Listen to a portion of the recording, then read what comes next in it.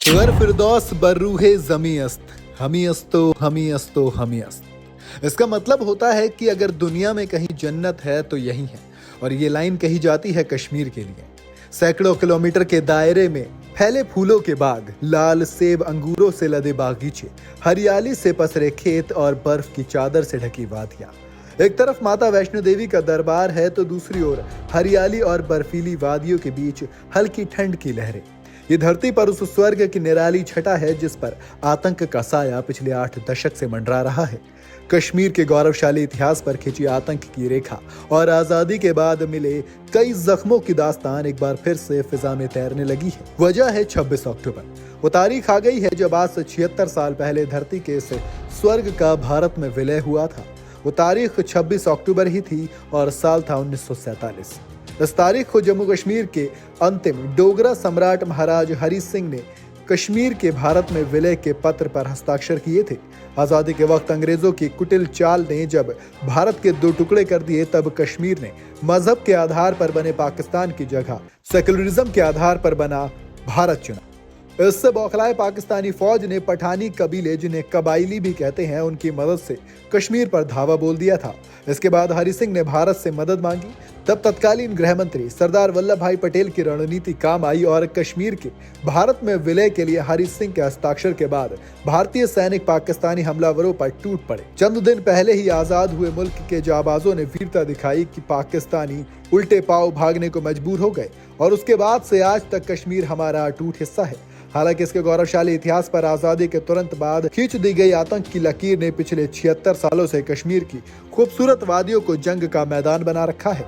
आपको बताएं तो साल 1947 में जिस विलय संधि के आधार पर जम्मू कश्मीर की रियासत भारत का हिस्सा बनी, उसमें महज 2 पेज थे और इसे खास तौर पर तैयार भी नहीं किया गया था। एक रिपोर्ट के मुताबिक भारत की आजादी के बाद 500 से ज्यादा रियासतें थीं। भारतीय स्वतंत्रता अधिनियम के मुताबिक रियासतों के शासकों पर निर्भर था कि वो भारत या पाकिस्तान दोनों में से किसी को भी चुन सकते हैं, यानी वो किसी भी देश में अपना राज्य का विलय कर सकते थे।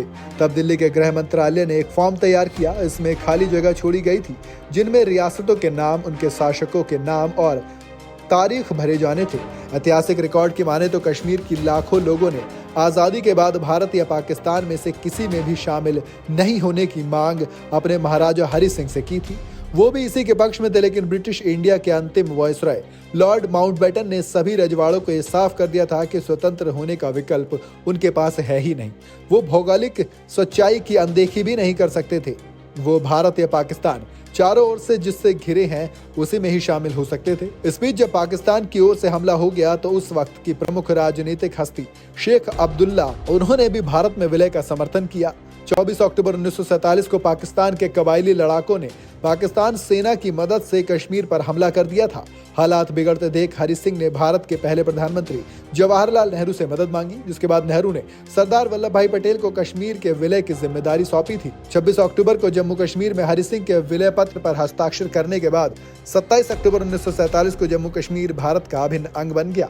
इसके बाद भारतीय सैनिक पाकिस्तानी हमलावरों पर टूट पड़े और उन्हें खदेड़ दिया। हालांकि भारत की आजादी के बाद ही साल 1949 के जुलाई में कश्मीर में अधिक मुस्लिम जनसंख्या को आधार बनाकर विशेष अधिकार की मांग शुरू हो गई थी। फिर जवाहरलाल नेहरू की हरी झंडी के बाद 1952 में इसे दिल्ली एग्रीमेंट के अनुच्छेद 370 के तहत जम्मू कश्मीर का विशेष दर्जा भी दे दिया गया। उसके बाद कश्मीर में कई दौर तक आतंकवाद और टकराव चलता रहा।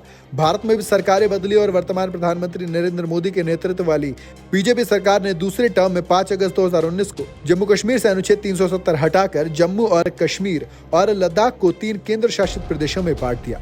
लेकिन 26 अक्टूबर ही वो तारीख थी जब जम्मू कश्मीर के भारत में विलय वाली तारीख बन गई और इतिहास के पन्नों में दर्ज हो गई। तारीख के इस सेगमेंट में ये वीडियो आपको कैसा लगा मुझे कमेंट में जरूर बताइए और जुड़े रहिएगा न्यूज़ बुक के साथ।